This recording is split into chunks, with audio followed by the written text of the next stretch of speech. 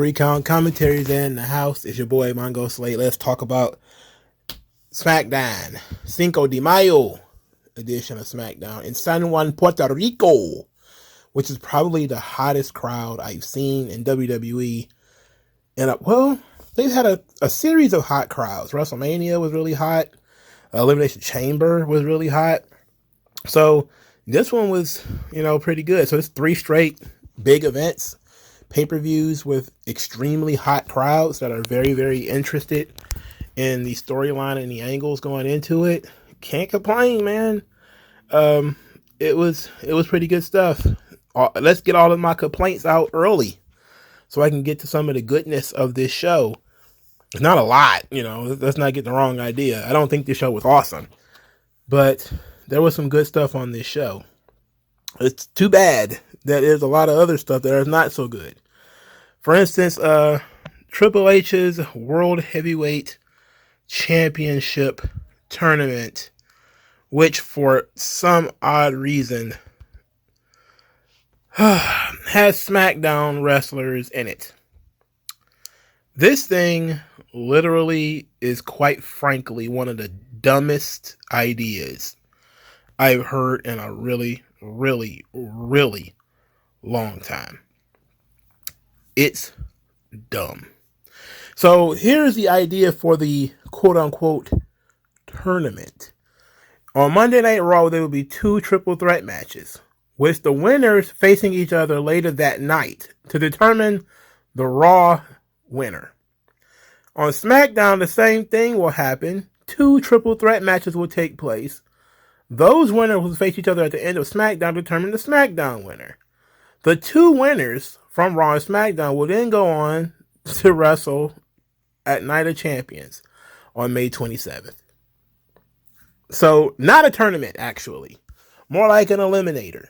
An eliminator in which, you're going to have a bunch of guys who didn't actually lose.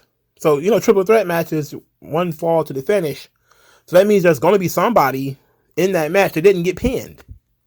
So that's even before we start talking about the whole SmackDown thing. Everybody's beat that drum to death. We all know it's absolutely silly to build 2 weeks or a month of television for a draft, only to undo the damn draft by having SmackDown be part of this World Heavyweight title picture. Is absolutely dumb. It's dumb. All right. So we already know that's dumb.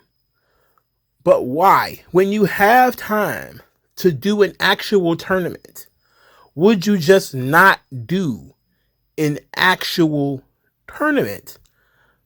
This is not a tournament. Okay? Matter of fact, I think, it might technically qualify as a tournament. I guess, technically, hair sheen is a liquid, but you wouldn't drink it. So this is stupid. All right? This is dumb. This should not be happening this way. And this is what I mean by when I talk about triple threat matches and fatal 4-ways being crutches. It's just they lack creativity. They lack a backbone. So they're going to throw some people in this tournament, quote unquote, who are not going to win, but they're not going to get beat. So they're just going to be, oh no, I lost my shot at being world champion. Oh well, I didn't lose. So maybe I'll challenge for the title some other time. Come on, man. I mean, this whole thing doesn't make any sense. And then I'm still confused about whether Roman's going to be carrying 1 title or 2. We haven't even gotten that part figured out yet. Is Roman now going to be carrying 2 belts, or is he going to be carrying 1 belt? Because if he's carrying 2 belts, that's 3 world titles. Again, this is all kinds of stupid. Completely invalidated the draft by having SmackDown involved. Completely devalued the triple threat match. Devalued the idea of a tournament. It's all subversive. None of it is about actually building any new stars. Only like 2 or 3 people are actually talking about this damn title at this point. Cody has done interviews where he says, I'm not looking down on it, but I will throw my name in the hat. But it's like he doesn't really want to be the can't beat Roman champion. He don't want to be that guy. And everybody knows he doesn't want to be that guy. So why is he? Whatever. Look, it's entirely possible for Cody to be the can't beat Roman, champion. He doesn't want to do that though. But putting him on Raw at least keeps him out of Roman Reigns' path. A lot of people think he's going to win the Money in the Bank, and then he's going to, I'm like, I don't even see that. I think Cody does it the hard way. He's going to find probably win the Royal Rumble again, or something like that, in order to get there. But he's not winning any title except that WWE title. And since this guy is the hottest babyface in the company, it seems to me that any title that he doesn't actually want is lesser. Like, this is basically a super intercontinental title. That's what it is. It's an intercontinental championship with one extra step. That's exactly what this is. And the fact that they decided to do a triple threat tournament is just proof positive that they didn't put any thought into this, and it's worthless. All right, let's move on. I'm not going to read the article. I just want to tell you what he said. Apparently, Dave Meltzer believes, or he's reporting, or maybe he's just talking out of his ass on his podcast about Drew McIntyre being gone, finishing up with WWE, even though he's currently injured. For starters, I would not put any real weight behind anything Dave Meltzer says in relation to anybody's contract. He doesn't know. This idea that Drew McIntyre is working under the idea that he's finishing up. Who the hell told him that? Like, he could only gotten that from one or two sources. Either he got it from Drew or he got it from WWE. The likelihood that he got it from either one of them is minimal. So he's just talking out of his ass. He's talking out of his ass. If Drew is unhappy and wants to leave, that's a completely different ballgame, but I don't think it has anything to do with what Meltzer is talking about. I don't think it has anything to do with this purported hiring freeze. I don't think it has anything to do with anything like this. And besides, didn't they say they keep talking about this hiring freeze? They just signed this Tamyra Mensah Stock, right? The black female gold medalist from the Olympics. I thought it was a hiring freeze. Huh. So they don't got time to re-sign Drew McIntyre, but they got time to sign this Olympian over here. Hiring freeze, right? Again, who did it come from? Who told you there was a hiring freeze? It's a hiring freeze, y'all, with the exception of this young lady. We're going to hire her. And then it was announced that she was signed. Well, I guess you don't need Drew McIntyre. You absolutely need Tamyra Mensah Stock, I guess. I don't know, man. Look, just if that makes sense to you, go for it. But if you're a person with a brain, I would ask questions. I would say, how is it a hiring freeze and they just hired this girl? I mean, they had all the time in the world to hire her. They choose to, after they are acquired by Endeavor, to sign her, huh? During their hiring freeze. Okie dokie. Backlash predictions will be at the end of this episode. Well, near the end. Basically, it's going to be like a two-parter. Usually my videos are two-parters. There's the news and notes and then the review. So after the review, we'll get into Backlash. All right, so let's talk about, let's talk about Tamyra Mensah Stock signing to WWE a little bit. I wasn't going to go into too much detail about it, but let's talk about it. Her plan is to be on the main roster within 1 year. Now, Gable Steveson already been in WWE 2 years, I think. And he's going to go back to Olympic style wrestling or amateur wrestling to do something or other. I don't know, some kind of tournament. But she's different because she has fully retired from amateur wrestling or Olympic style wrestling. She won a gold medal. She says, quote, "I feel like I've done everything that I can in Olympic wrestling. I've got a gold medal. I'm a multiple time world champion. I've been in it for 15 years. I had an incredible journey." Then she says, "I wiped the floor with everybody, and I was like, man, this is not fun anymore. I need a change. Something in the back of my mind that's just been itching at me, a dream of mine for I don't know how long. I just wanted to be in WWE." So she says that she wanted to be in WWE, and there it is. So Gable Steveson apparently is going to go into the 2024 Paris Games. So apparently that's, probably one of the reasons why he hasn't made television yet is because he's still doing amateur wrestling. So a lot of people are telling you that, Gable Steveson sucks. That's why he hasn't been on TV yet. But understand, WWE had Kurt Angle in developmental in 1997 or 98, before he even debuted. So it takes some people a little bit longer. I'm not going to say that the guy is terrible or whatever. It might just take him longer to work out the things that need to be worked out. And if you actually listen to like amateur wrestlers talking about pro wrestling, I love like listening to amateur wrestlers talk about the move, the transition to pro wrestling. The same thing I love MMA fighters talking about it. One of the things that they have to learn is to give up the back, is to let your shoulders hit the mat. Because especially if you've been doing this for a long time, you are trained to never let your shoulders hit the mat, and you also are trained to be sort of aggressive, emotionless, always focused on the attack. But pro wrestling is a performance. All right. It's not a fight. It's only supposed to look like a fight. So what you often see is MMA fighters and amateur wrestlers, they have issues bridging the gap between what they do and what WWE or pro wrestling is, because they don't get the performance part of it. They get the aggressive part, pulling the punches, letting your opponent slip sometimes. They can get to that part. But when it comes to shoulders on the mat, when it comes to interacting with the crowd, because you're supposed to ignore these people, it's a different skill set. It's a different training. It takes time to get that stuff out of you. And, it'll be a while probably before she appears. But she seems like she's going to be a quick study. She's going to work very hard at it. So hopefully she does well. We'll see how it turns out.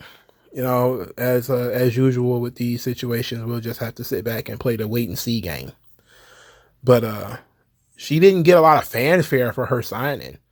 It wasn't like they brought her out in front of the big crowd and announced it. Well, I think they announced her when she won the Olympics, but that was it. The whole Gable Steveson thing was everywhere. This was only kind of an ESPN. But, I guess that's just the difference between men and women. Also with Gable Steveson, though, by the way, is also that the little thing of him being accused of rape. That's also one of the issues that we got is, they're probably real tentative about how to handle that situation, because every time they talk about him on TV or something like that, that shit pops back up. So they'll have to get used to it.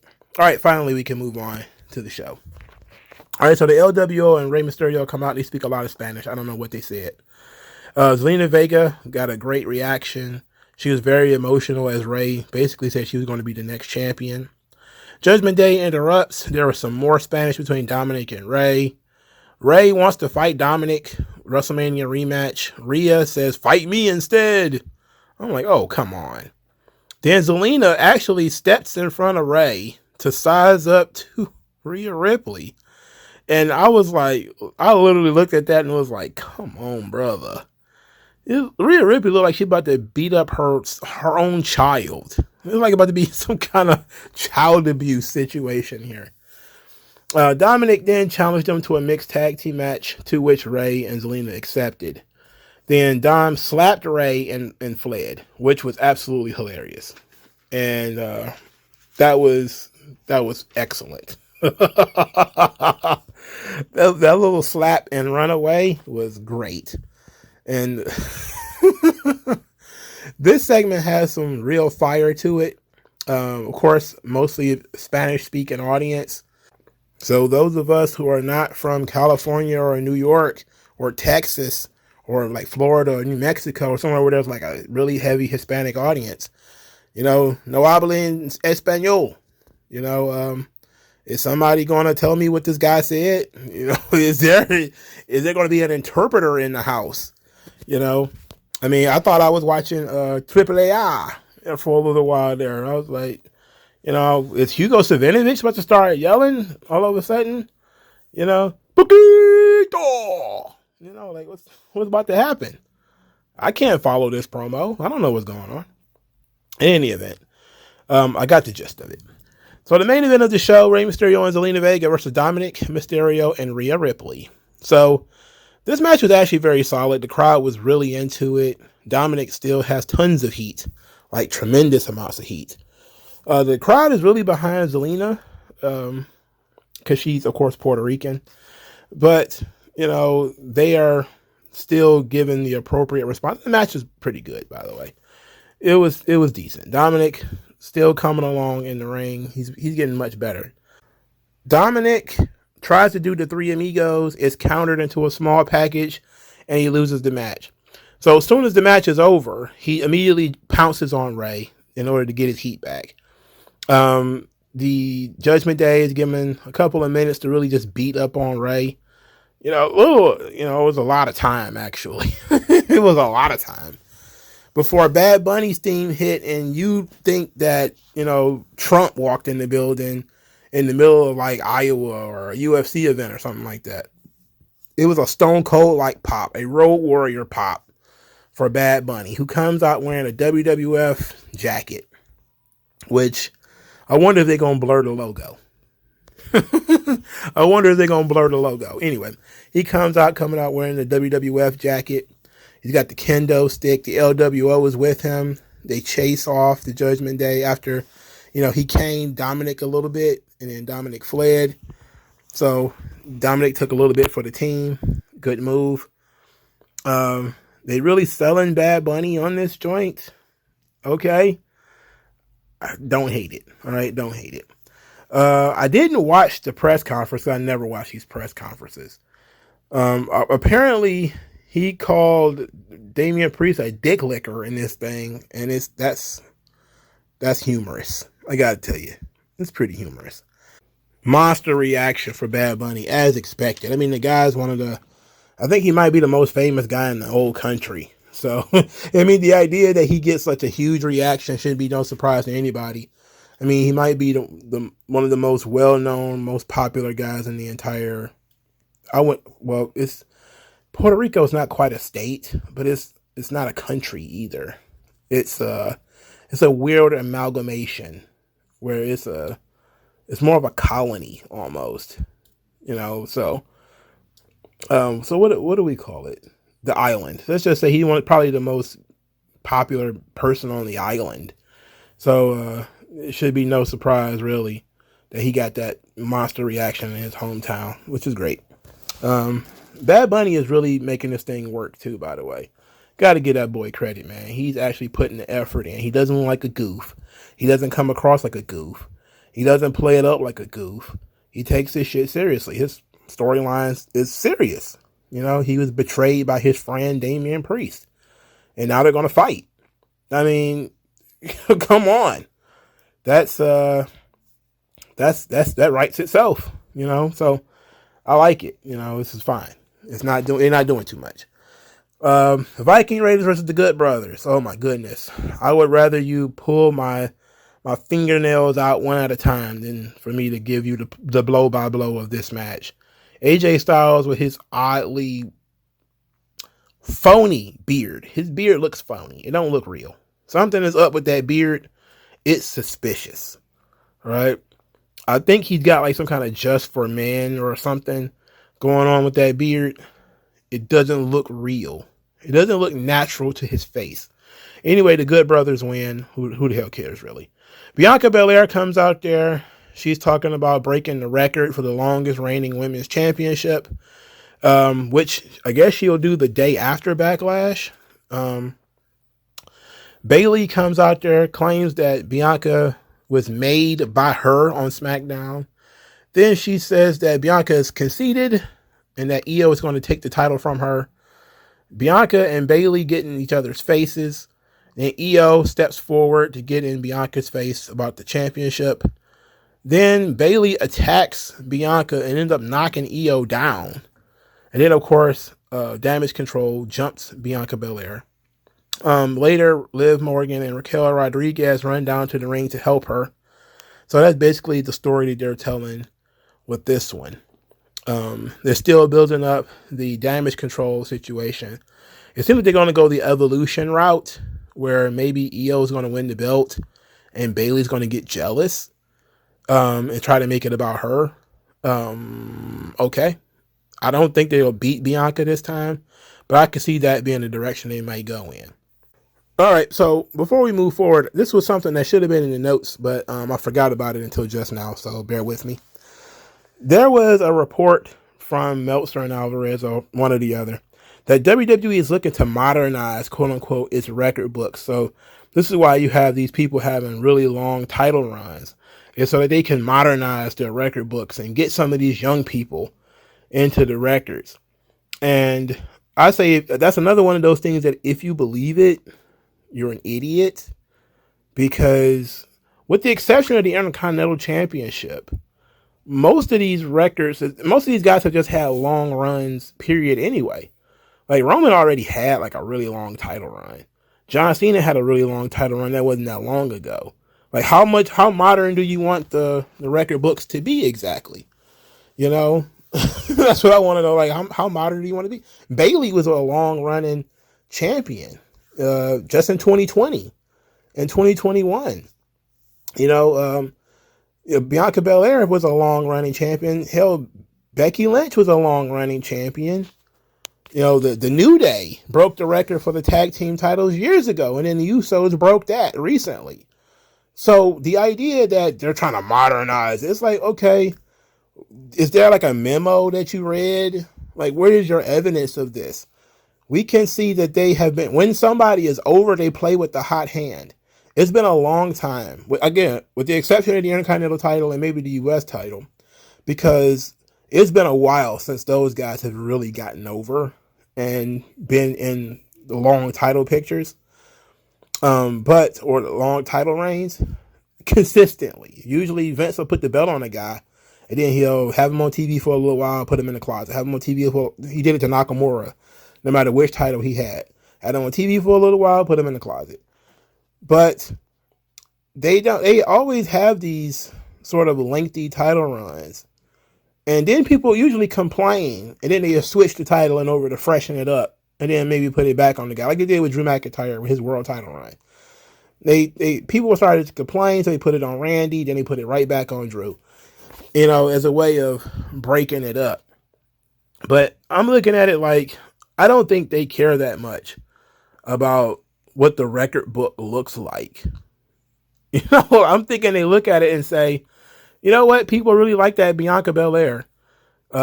She's reliable. She's a star. Like some people have said, she's the female John Cena. We're going to keep the belt on her. Roman Reigns is drawing hella money. Why would we take the title off of him? So with the exception, the tag team titles just main event at WrestleMania. The Usos were part of the storyline with Roman Reigns. So you kept the belts on them because of Roman. And then you've got, the Intercontinental title and the U.S. title. The U.S. title is not breaking any records, at least not right now. It's barely even utilized. And the Intercontinental title, it's been a while since that belt was fully established. But I don't think I'm not looking at it like it's some kind of edict that they're going to modernize the records. I'm like, come on. Just be honest with yourselves. Does it make sense? No. I don't know why people just feel like these guys who just throw their ideas out there, and these are reports. These are not reports. These guys are probably just shooting the shit. But it doesn't make sense. Literally, they talk about longest running, blah, blah, blah, all the goddamn time anyway. Every big show breaks some kind of attendance record. They do this shit all the time, man. None of it makes any sense. Who cares, really? None of it makes sense anyway. Okay. Karrion Kross, he cut a promo saying that when people have everything they need, they become sure in who they are. But that quickly unravels when you remove one single thing, and he thinks that Nakamura's one single thing is his honor. He's going to remove that and watch the House of Cards collapse. Okay, and he lost.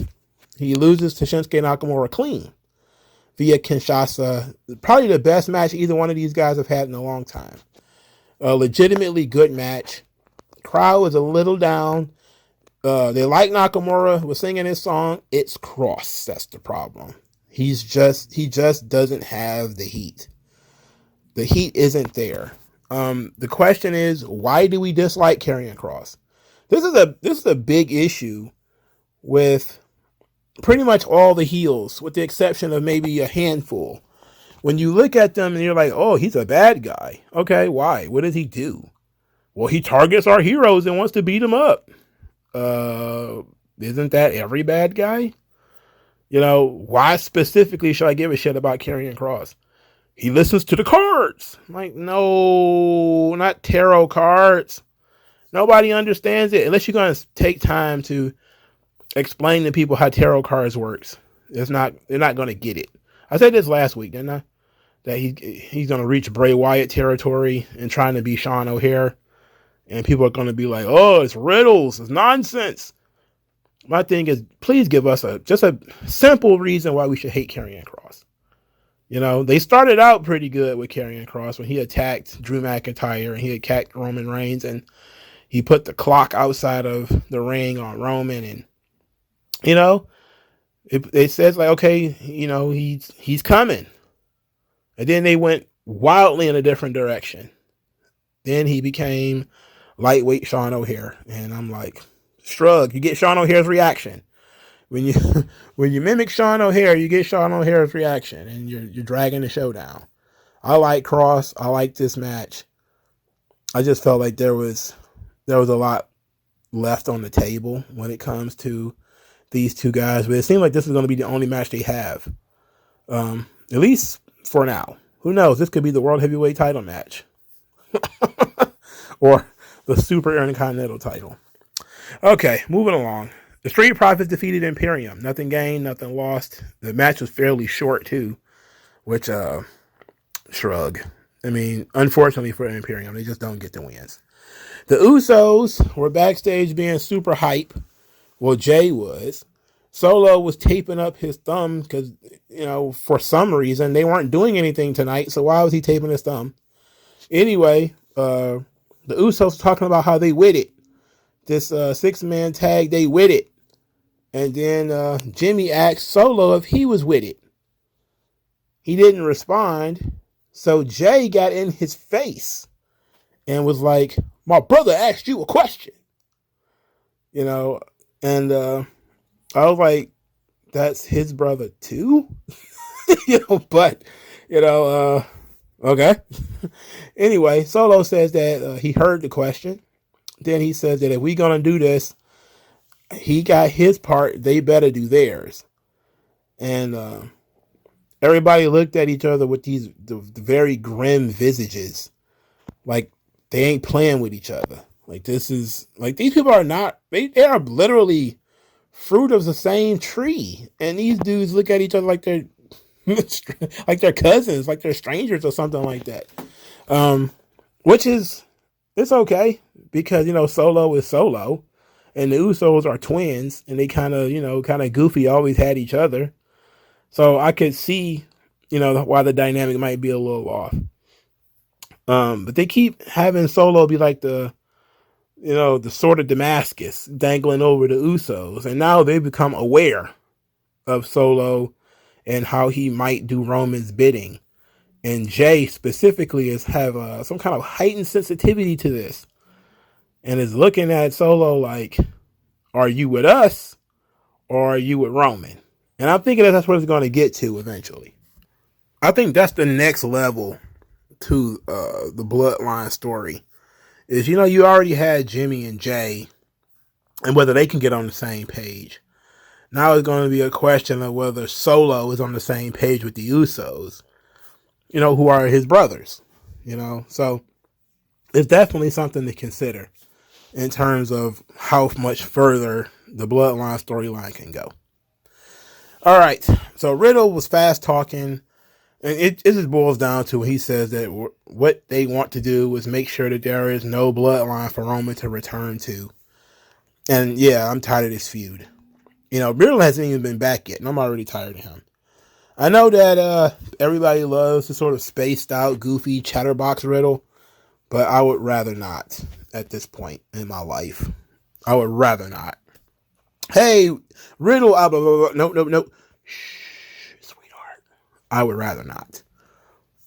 Spare me the chatterbox and Riddle. And I've never been a big fan of Kevin Owens. I'm kind of tired of him. Sami Zayn has hit a skid. They need to get back on track. Hopefully this draft thing fixes all of this. But it doesn't look like it will, because all of these people are on the same brand. So we're stuck with them for a while. Now let's move over to Cody Rhodes. There was a great vignette for Cody versus Brock. Then Cody got to come out and pontificate a bit about this match with Brock Lesnar. And this is how you sell a pay-per-view. Passion, intensity, fire. He says what he means, and he told a story in the ring. He talked about something he learned from his coach, Double A, a.k.a. Arn Anderson. That when you really made it, you've reached the kingdom. And I was like, wow, the kingdom. And he says Brock Lesnar is a gatekeeper of the kingdom. That you could be a WWE superstar. You could be here for years. Never fight Brock Lesnar.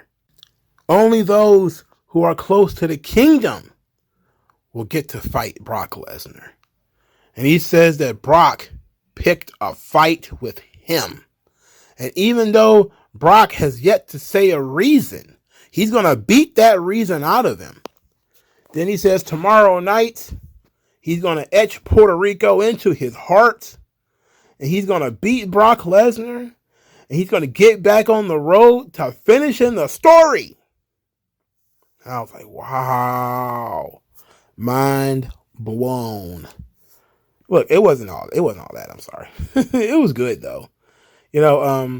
Reducing Brock to gatekeeper doesn't sound good. I don't like that idea. But wow, Brock is a gatekeeper. That's crazy. But I understood where he was coming from. That the normal WWE superstar doesn't get a match with Brock Lesnar. Or if you get to go through Brock in order to be the man, that's how it works. And that seems to be the situation that is occurring right now anyway. That in order to be the man, you got to go through Brock. Go back a couple of years, this story rings more and more true. I saw pictures of people on Twitter posting clips of Brock Lesnar versus Samoa Joe, a match I forgot even occurred. And people were like, oh man, Joe should have won this match, yada, yada, yada. Because they realized that if Joe would have won that match, he would have been solid. He would have been sold. Braun Strowman, same thing. Wrestled Brock, didn't win. Failed to get into the kingdom, really failed to get over. But Roman, of course, he failed the first time too. CM Punk didn't beat Brock. AJ Styles didn't beat Brock. Daniel Bryan didn't beat Brock. But these were guys who, of course, became world champions anyway. But he was talking about, I think, something more metaphysical in terms of the kingdom. I don't think he was talking about being world champion. I think he was talking about being the man, being the guy, being the face of the company. Because of guys who have beaten Brock, these guys were faces of the company. Goldberg was the face of WCW. Drew McIntyre was the face of the company during the pandemic for the most part. Of course, Roman, of course, Cena. So guys Undertaker, guys who got to beat Brock, they went on to be huge stars. Not many people have beaten Brock and become nobodies. So it's all about, can you handle the rough terrain that is wrestling Brock Lesnar? But I don't know if I would diminish Brock to put him in Mick Foley status, where he's going to be the guy who's going to torture you physically. And if you survive, you'll be considered a top guy But if you don't, then you're just gonna be like just a regular roster dude. But I like the idea. I like the intent behind it. He's really putting some emphasis on the match and saying like this legitimately means something. It's not a match where nothing gained, nothing lost. Cody's approaching the match, even though there's nothing on the line. Cody's approach to the match is, in order for me to get back onto the road of finishing the story, get back onto the path of being world champion, my path to the kingdom, I got to beat Brock Lesnar. Because if I don't, then I'm not ready. If I don't, then I have to continue until I do beat Brock Lesnar. Until I do finally chase down Roman Reigns. And since he thinks he's ready now, he has to beat Brock now. So I like that he put some emphasis on this match and tried to give some solid reasoning. Like, Cody's been trying to give solid reasoning behind this stuff, but it ain't really working. It ain't working. Still, though, I love this promo. I thought it was pretty good. Okay, the last thing we got a collective of vignettes for the NXT talent. So there was vignettes, but they were like 10 seconds per person and going by quicker than you could hiccup. You didn't get their name. You didn't get what their gimmick is. You just got to see what they look like. And maybe you heard their voices if you were paying attention. This sucks. We needed individual vignettes for these talents. That's what we needed. Individual vignettes. And then they did something that was even worse than an individual vignette. They brought Cameron Grimes onto SmackDown. But here's the kicker. Cameron Grimes comes on SmackDown looking like he shops at Marshall's. He looks like a guy who shops at Walmart or Five Below. He's got a man bun. He's wearing a blue polo shirt. Nothing about him screams star. Nothing about him is in character. This is not Cameron Grimes. Okay? I'm looking at this thing. I'm just like, oh no. This is how you introduce him to this audience? This is the most boring motherfucker on the world. Why are you introducing this guy to the audience? Where's Cameron Grimes? Where's that guy? I hated Cameron Grimes. I did a video about how much I hated Cameron Grimes. But it's a character. It's loud. It's in your face. It stands out. It's different. This guy?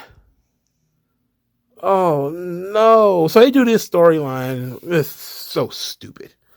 Where him and Baron Corbin get into an argument. Corbin called him the last pick, Mr. Irrelevant. Cameron Grimes, of course, talks about how Baron Corbin didn't get drafted at all. And Corbin tries to counter by saying, oh, I have the same designation as Brock Lesnar. I'm a free agent. Then they end up having, announcing they're going to have a match next week. I'm disgusted by all of this. This is terrible. Oh, no, God. This guy, he ain't going nowhere fast, dog. I'm telling you, they stripped away all the thing that was good about Cameron Grimes. It's over with. This is how they choose. Look, you only get one chance to make a first impression. The first impression that you get from Cameron Grimes is that he's some kind of juice bar vegan who can't fight because he has no muscle definition. And you're just looking at this guy like, no, I don't believe you. And you're small. He's even smaller than Adam Pearce. If my memory serves me correctly, he was smaller than Adam Pearce. And I'm just thinking to myself, you could at least cover that up by him wearing the big dumb hat and, him being really over the top. That's the Cameron Grimes that got over with me. I hated him, but then he got over with me. Now I'm looking at it and saying to myself, bro, they shooting him in the dick right now. Like, this is bad. Doesn't matter if he beats Baron Corbin. Who cares? Okay? People need to have some kind of frame of reference for the character. So something tells me next week I'm going to make a bold prediction. He's going to come out to a theme song that is not Cameron Grimes' theme song. I can almost guarantee it. He's going to come out to some kind of generic rock track that nobody's going to care about, and everybody's going to be looking to see who it is, and it's going to be Cameron Grimes. And everybody's going to be looking like, where's top hat, big money Cameron Grimes, to the moon? Where's that guy? Where'd he go? They left him in NXT. Left his bags in El Segundo. That's what happens. But we're doing character development. We're focused on character, storytelling.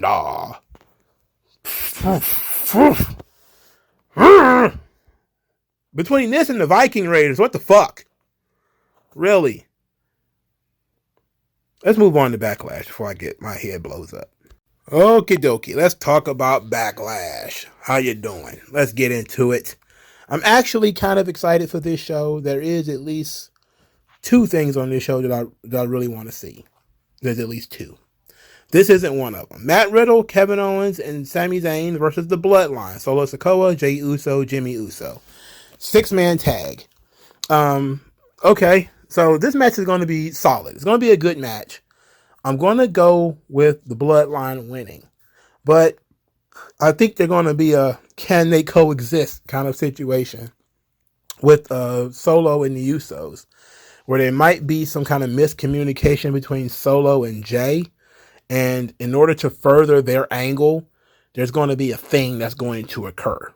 Maybe it'll cost them the match, but I'm not going to go with that. I'm going to say it's going to be a situation in which they win, but it's going to be maybe Solo fixes a Jey Uso screw up and, they have words or something like that. I can see that happening. Also, I'm very disappointed that this match is not spiced up in any way. Like, I know outside of the Attitude Era, they typically don't do multiple no disqualification style matches, but you would think a feud that's been going on as long as this one has, that includes multiple singles matches and a lot of interference and stuff like that, they would go in some kind of no disqualification type of street fight kind of thing. Like, I know they already have a street fight on the show. I already know that. You don't need to tell me. But will it really hurt if you had 2? Like, it wouldn't hurt you this time if you had 2. Or if you did something to make this match jump out and feel more final. This is, to be quite honest, boring booking. These guys have all wrestled each other in some incarnation of same since February. So we're looking at a situation where we probably should spice this one up by there being something there. But there's not, so we're stuck with what we're stuck with. I'm going to go with the Bloodline, however. I'm going to go with the Bloodline. All right, match 2. Cody Rhodes versus Brock Lesnar. All right, so this can only be one of 2 things. This can either be the opener to the show or the main event of the show. It feels like it should be the main event. But something tells me that we're not going to get a finish here. That probably what we're going to get is Brock getting disqualified. Brock's probably going to pummel Cody for the first 5 minutes. F5, kick out. Maybe F5 again, kick out. Couple of more German suplexes. Cody's going to fire up. And as he's making his comeback, Brock's going to kick him in the nuts. He's going to hit him with a chair or something to that effect. And he's going to get disqualified. And he's going to give us a reason to run it back. Now, if they really got some balls in them, Brock would bust Cody open. But they're not going to do that. Okay? So I'm just going to throw it out there just in case. Because, Puerto Rico loves them some blood. If you don't know, you should. Look up Puerto Rican pro wrestling. Boy, they bleed all over the place. Bleed all over the card. God damn. Announcers bleeding. Referees bleeding. First 10 people in the front row bleeding. They bleed all over the place in Puerto Rico. And anyway, I don't see this having a clean finish. I will be most certainly surprised if there's a clean finish for this match. And I certainly would be surprised if Cody won it. Now, the reason why I would be surprised if Cody won is because it seems a little soon for him to win. He beats Brock, and then what? He goes and wrestles fucking Sheamus? like, who does he wrestle after Brock? My thing is, this feud with Brock needs to continue, which means that Cody shouldn't win. It also means that Cody probably shouldn't lose. So I'm thinking Brock goes ahead and gets disqualified by destroying Cody, putting the beats on him, not giving a fuck about the rules because he's Brock Lesnar, not giving a shit. And then they carry this thing on to Night of Champions, where probably Brock beats the tar out of Cody again. And we drag this thing on until this is May now. Money in the Bank is is it late May or early June? So it's a couple of weeks. No, Night of Champions is first. Maybe they pull him. They put him in Night of Champions too in order to keep Cody away from that title.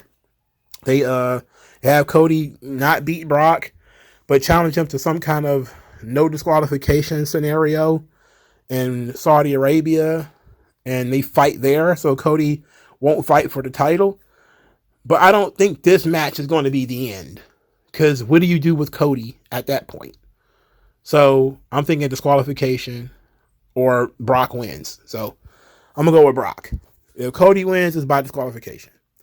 Rhea Ripley versus Zelina Vega for the SmackDown Women's Championship.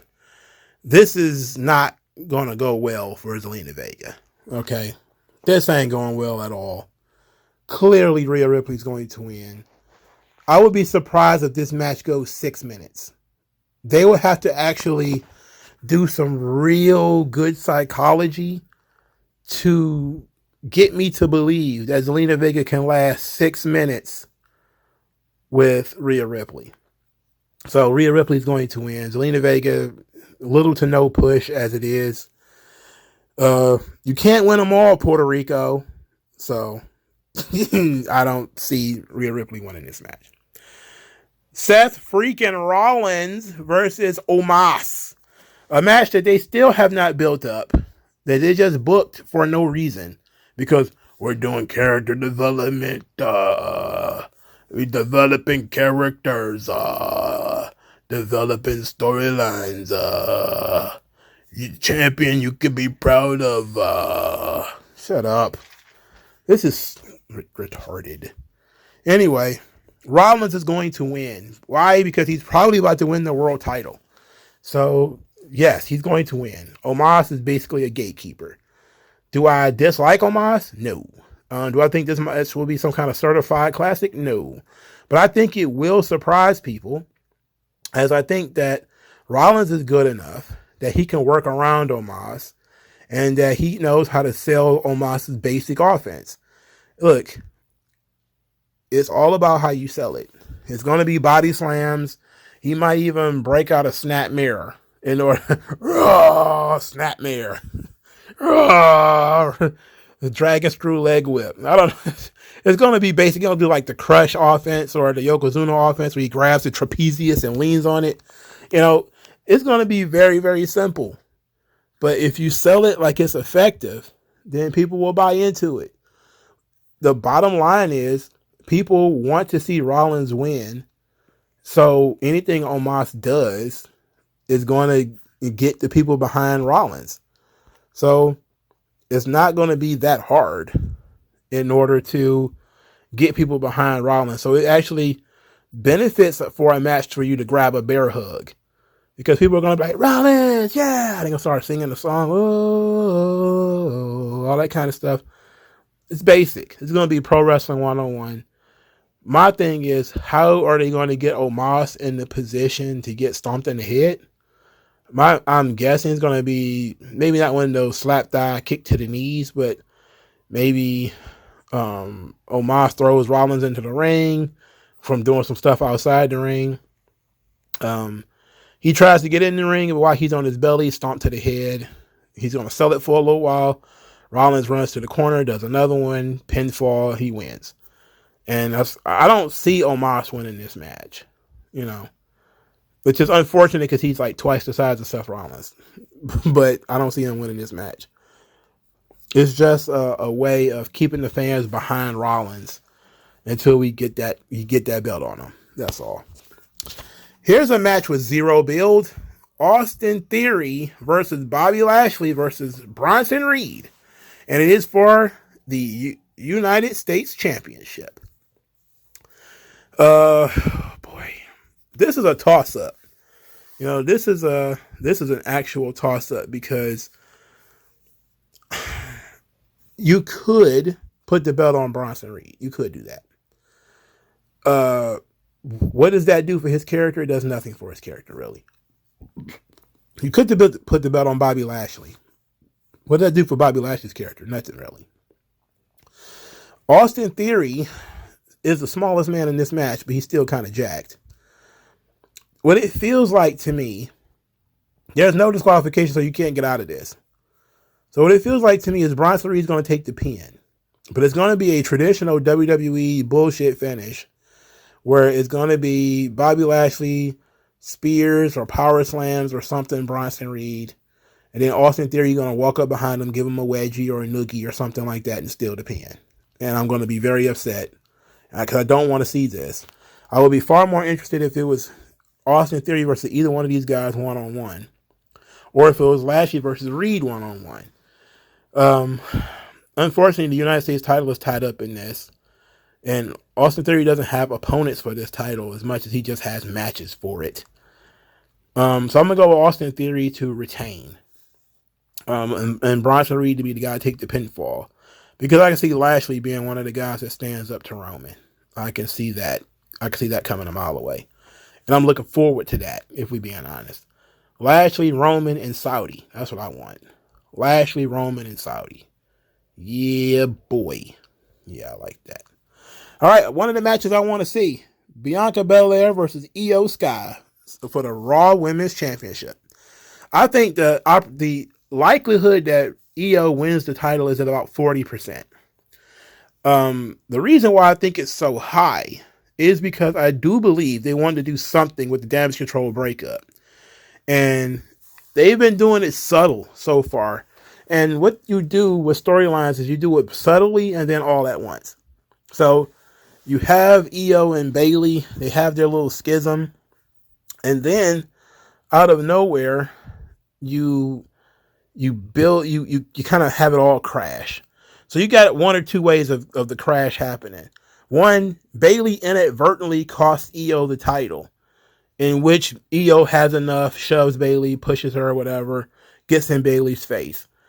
The second is that Io wins, and then Bayley gets jealous, and actually tries to steal the spotlight away from Io, leading to their breakup.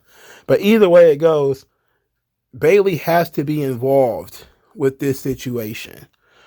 And I'm thinking more than likely that they're probably going to have Bayley inadvertently cost Io the title, as it keeps Io strong, especially if they want to do a rematch. Even though I don't think they can do a rematch because they're separate brands. But it keeps Io strong. It gives her an out. And it puts some heat on Bayley and not on Io. And it puts Dakota right in the middle. And I'm thinking that's where we're going to go with this. Is that, Bayley tries to do something, remove the turnbuckle pad, pull the leg or whatever. Ends up, going Wile E. Coyote, blowing up in her face. And KOD, Io loses because of Bayley. Then after the match, Io starts shoving Bayley or refuses to work with Bayley anymore or something like that.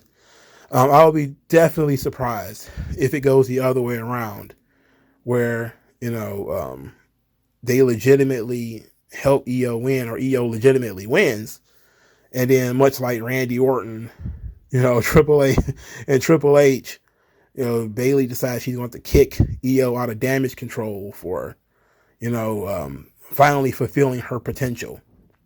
What I would do, if I just had to pitch an idea, is that I would kick Io out of Damage Control and replace her with somebody else. And I would do that by having Bayley's ego run out of control. By basically saying she didn't need Io, she doesn't need Io anymore, she could just replace her.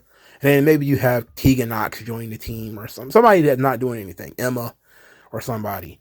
And then you have them feud with Io, that might be. And then you keep Dakota Kai stuck in the middle because she doesn't really want to do this, blah, blah, blah, blah, blah. And that could be interesting storytelling from that perspective. by having, Bayley go from, all of these girls are underutilized, which is the idea of Damage Control. And then say, well, Io's getting too big for her britches. She no longer appreciates what I'm doing. So she's more utilized than some of these other people. And therefore, there's other folks who are looking to take her spot. So since Io thinks she can handle it by herself, you kick the birdie from the nest, and she kind of flounders on her own, or she soars on her own, and you just replace her with somebody else. And to me, that feels like a more natural progression for the story, is that Bayley wants you to succeed, but she doesn't want you to succeed more than she has succeeded. Or, you still have to be her underling. She still sees herself as a role model. And one of the 48 laws of power, you never outshine the master.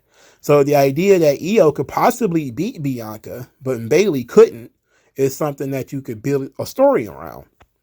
And now, technically speaking, Io should probably have the title when that happens.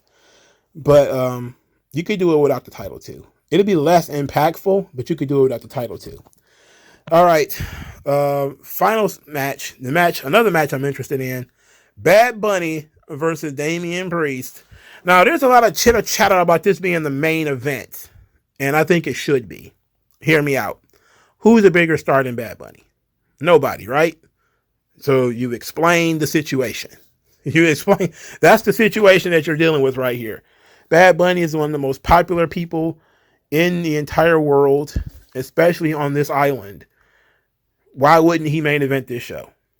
I think there's a reason the LWO shirts are selling out and that people are really behind it. You got to give him a main event spot. It's going to be essentially a lumberjack match anyway. I know they teased it was going to be a tag team match, but I think since both factions are going to be ringside anyway, that is essentially going to end up looking like a 6-man tag, but it's going to be one-on-one. Because I can see Judgment Day getting involved when Damian Priest gets in trouble.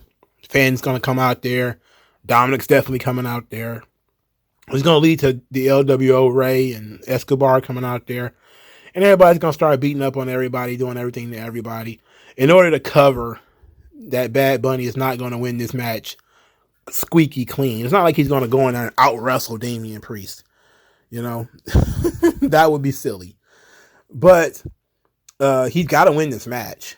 Bad Bunny has to win. You got to send the people home happy. So, yeah, Bad Bunny main events, Bad Bunny wins. Is the match going to be any good, though? That's going to be the question. I don't know. Bad Bunny, is this his first singles match? I think it's his first singles match. He did really good in the tag team match that he had. I don't see him screwing this up. But this also is going to have weapons, and he's going to be tempted to do gimmicks like Build-A-Bear stuff in the ring, build table forts and all that. No, just keep it strictly simple. Hands, feet, and maybe a kendo stick or a trash can lid or something like that. When you start going outside the ring, playing Bob the Builder, that's when shit starts going left. Let Damian Priest really just beat the shit out of Bad Bunny for a little bit. Bad Bunny fires up, maybe with a little help of the LWO. Damian Priest sets up his own trap somehow. Maybe Finn Balor builds a fort outside the ring made of tables. Then Bad Bunny knocks Damian Priest through the table fort. Then he pins him, and we can make it all look like, hey, he won, but he didn't kick Damian Priest's ass or anything like that. There's ways of doing this stuff where, you can get the outcome that you want without damaging your heel too much. And I definitely, not like Damian Priest has like a ton of credibility, but he still has some. So you want to make sure that you don't kill him in terms of getting Bad Bunny over. So I definitely think Bad Bunny needs to win this match. And to what degree does the LWO get involved? I think they get involved not immediately, but maybe 5 or 6 minutes in, and then they're there for the rest of the show. And I definitely think that I think Judgment Day is there from the beginning, but they're essentially there for the rest of the show. So that's it. That's what I got. I got Bad Bunny over Damian Priest, Bianca Belair over Io Sky, Austin Theory defeats Bronson Reed, Seth Rollins over Omos. Rhea Ripley over Zelina Vega. Cody Rhodes defeats Brock Lesnar via disqualification. And the Bloodline defeating Matt Riddle, Kevin Owens, and Sami Zayn. All right. That is it. Everybody, hope you guys enjoy Backlash. I'm sure I will too. Thank you guys for your time. I will talk to you guys later. Peace out. Skin tone, so why attach yourself and piggyback the wealth you didn't earn or lack yourself? I'm telling you to own up to your own success and failures.